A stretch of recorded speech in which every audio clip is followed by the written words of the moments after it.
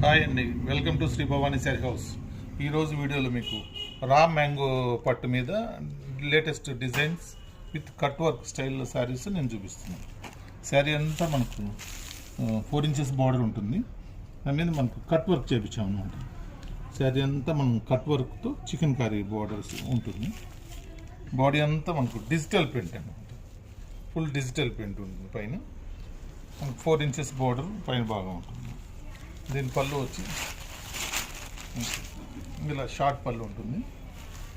దీని బ్లౌజ్ వచ్చి ఇట్లా స్మాల్ ప్రింట్స్తోనే ప్రింటెడ్ బ్లౌజ్ ఉంటుంది. శారీ అంతా ఆల్ ఓవర్ కట్ వర్క్ వస్తుంది.